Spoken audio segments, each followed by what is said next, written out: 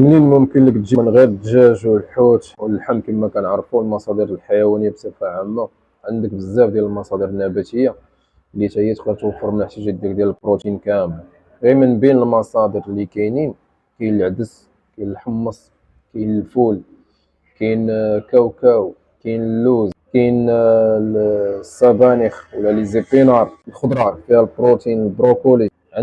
عندك بزاف ديال المصادر النباتيه منين ممكن تاخذ البروتين اللي خاصك. الفرق فين كاين هو ان باش تكمل الاحماض الامينيه كاملين حاول تجمع جوج ديال المصادر في نفس الوجبه.